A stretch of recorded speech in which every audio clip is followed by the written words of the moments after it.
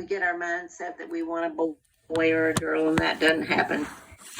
It could be an unwanted pregnancy, it could be a premature infant, and it could be a child with birth defects. So those all may be reasons for mom to appear to be rejecting the baby. It doesn't mean she is.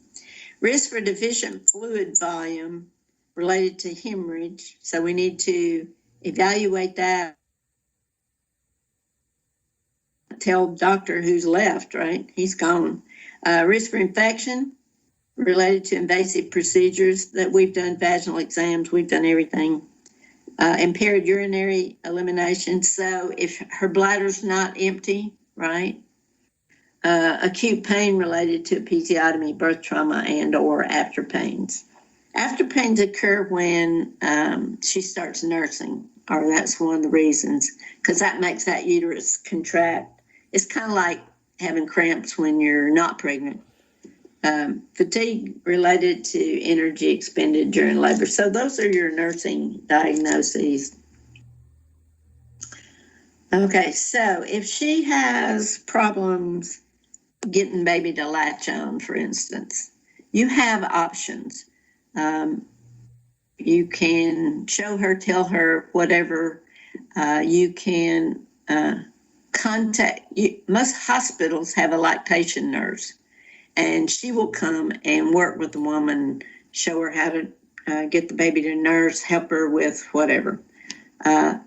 We were at the hospital in Lebanon once, and the nurse was slammed. She was really busy, and the mother couldn't get the baby to latch on. And she looked at me, she said, have you got a student that could go down and work with this woman and help her get the baby to latch on?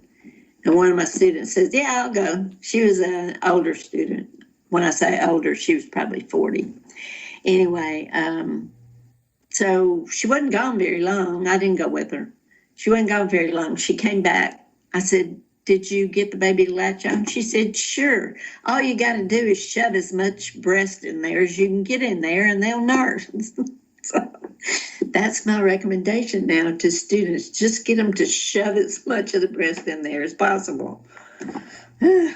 Anyway, I didn't nurse, so I was worthless. Is that true? Like, is that what you do? Yep. The thing is, the mechanism of the breast, you don't want the baby just on the nipple. The part that pushes the milk in is back, well, I'm showing you again.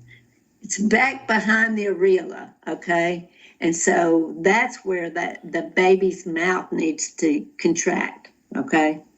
And so if you shove as much in there as you can get in there, that's where you are. Do not tell anybody that your instructor said that. Okay. Preventing infection, the first thing they say is wash your hands. That's it. Wash your hands. That's the best thing you can do. Change your gloves more than that first time. You know, if she's got a lot of lochia and lots of things going on, change your gloves. Okay, it doesn't say that in your book. I'm just telling you, that's just free information, not on an exam. I give y'all lots of free information sometimes. Okay, so for her pain, we're going to give her NSAIDs. And the best way to do that is have them scheduled.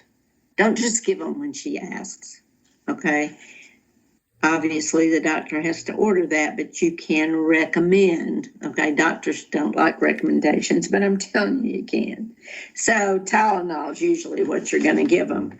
Unfortunately, Advil or other drugs in that category can cause increased bleeding. Marilee, what are you cracking up about? She is just laughing her head off. Tell me, what are you laughing? Are you laughing at me? Yes. Okay. All right. So when mom comes to you, the best thing you can do is apply ice and some kind of like Tux pads, okay? At Vanderbilt, they have this whole package. It comes with an ice device, you know, the ones you crack and they get cold. They come with that and touch pads. They put the touch pads on the ice pack and on you, okay? The pads that they have are huge, which is great, okay? It's just a wonderful system. I'd never seen that before. Have y'all seen that? No? Yes? It's just great. It's just great. So the touch pads work beautifully. She may have had an episiotomy. She may have just had edema, and you apply the ice packs, which really help. It says, if you don't have all these nice little ice packs, you can put ice in a glove, and I've done that a million times. It works. You just tie it off, put the ice in there, tie it off. So you've instantly got an ice pack.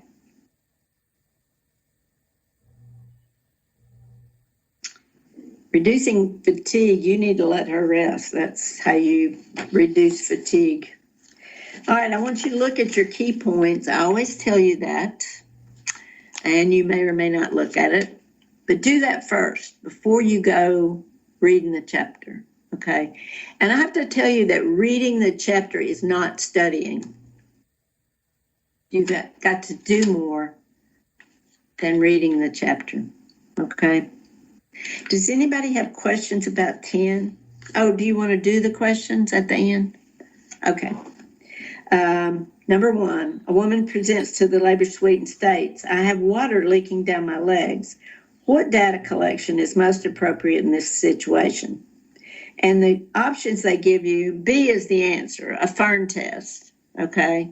So if you've done the little strips and it's like vague and you can't tell if it's amniotic fluid or not, you do the Fern test. All right, number 2, a prima pera is dilated 8 centimeters and is completely effaced at a +1 station. She tells the nurse, I can't keep myself from pushing when I have a contraction. What intervention is most appropriate in this situation? And it says, C, assist the woman to blow at the peak of the contraction. So we're doing the shh, shh, shh thing, right? We're getting her to open her glottis is basically what that's doing. All right, here's the question. A G1P0 is in the active phase of labor. She is a low-risk client. The nurse evaluates the fetal monitor strip at 10 o'clock. Moderate variability is present. Fetal heart rate is in the 130s with occasional accelerations, no decelerations. What time does the nurse need to reevaluate the fetal heart rate? C, 10:30. What did I tell you? 10:30. Okay, so that's 30 minutes. We talked about the 15 and the 30, so that's 30 minutes. Number 4, a G3P2 has just delivered a healthy infant 30 minutes ago. Which of the following nursing interventions will the nurse perform? Select all that apply. A, have her dangle her legs before assisting her to the toilet to void. B, palpate the fundus to make sure it's firm in midline. And E, take maternal vital signs every 15 minutes. That's the first hour, okay? If she says, I need to go to the bathroom, when she wants to get up, you stand beside her, hold her arm, and say, okay, let's wait a second. Their head will be swirling probably. When they first stand up, this is not in your book, not on exam, they're going to have this gush of blood. And it'll probably run down their legs and get in the floor, whatever. And it's because they've been lying down and they've got this little pocket of blood. It's just sitting there, puddling up. So when they stand up, they're going to get this gush of blood. And it may make her crazy. So you just say, That's just because you've made a puddle. It's okay. I'll get you cleaned up or whatever. Ask her if she's dizzy.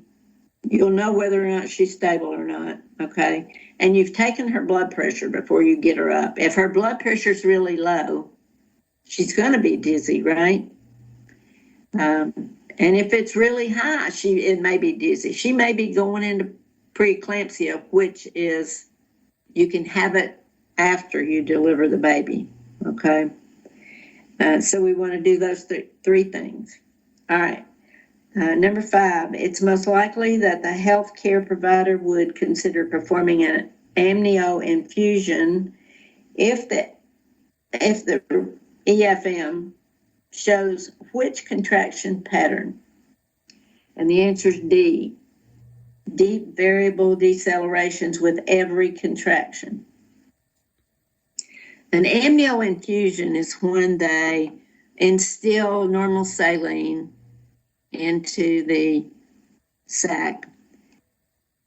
The deep variables may be being caused by baby's position, not enough amniotic fluid where the baby can't move around, and so that might help, okay? All right, now, does anybody have questions for me?